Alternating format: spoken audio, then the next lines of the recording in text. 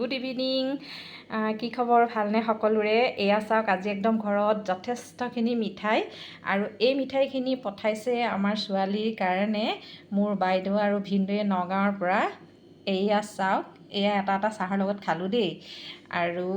আচলতে মানে এইবাৰ আমি সদায় আমি দিৱালীত নগাঁও যাওঁ কিন্তু এইবাৰ আমি যাবলৈ নহ'ল সেইকাৰণে মিঠাইখিনি এতিয়া পঠাই দিছে আৰু তাকে অকণমান দেখুৱালোঁ আপোনালোকক এয়া পঠালে গজা তাৰপিছত এইকেইটা পঠাইছে ধুনীয়াকৈ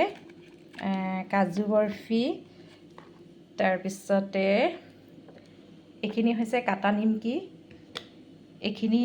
পেৰা বহুত পঠাইছে আৰু এইখিনি ধুনীয়া ধুনীয়া বুন্দিয়া আমাৰ ছোৱালীয়ে খাই বিৰাট ভাল পায় এই বস্তুটো ৰুটিৰ সৈতে তাৰপিছতে এইখিনি পঠাইছে ঠেকুৱা লগতে 3টামান পকা